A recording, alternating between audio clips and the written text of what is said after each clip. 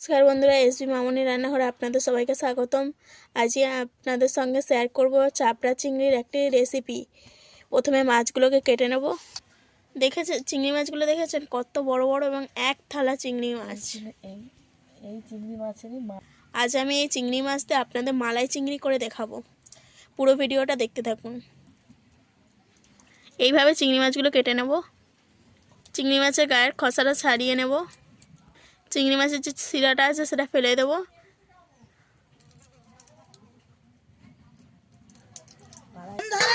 চলে গেছে মোবাইলে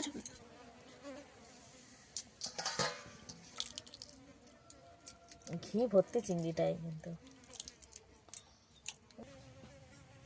ধুয়ে নিয়ে চলে এসেছি।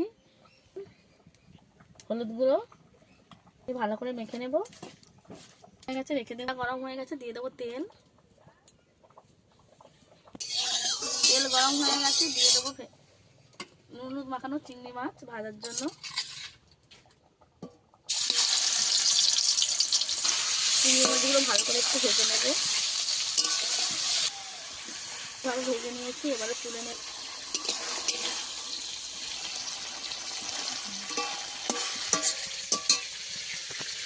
দিয়ে দেবো তেল। ঘি ছিল তাই তেলটা এরকম দেখাচ্ছে।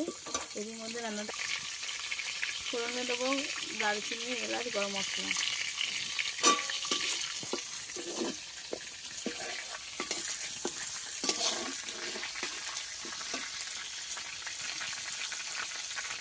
এটা কুচানো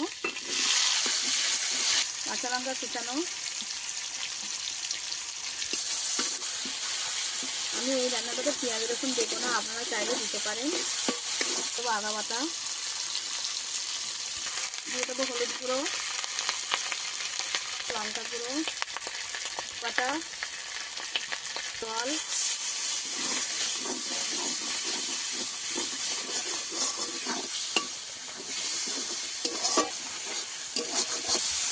বাদাম আর পোস্ত বাটা হয়ে আছে, এটা জলে গুলিয়ে নেব।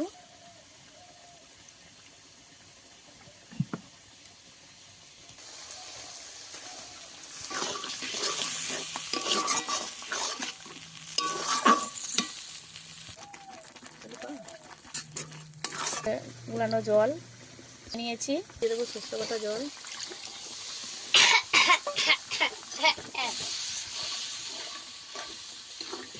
দিয়ে দেবো হালকা করে লবণ, বাটাই আছে, একটু চিনি,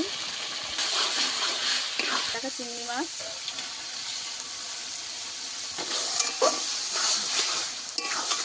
ভালো করে নেড়ে চেড়ে জল দিয়ে দেবো। জল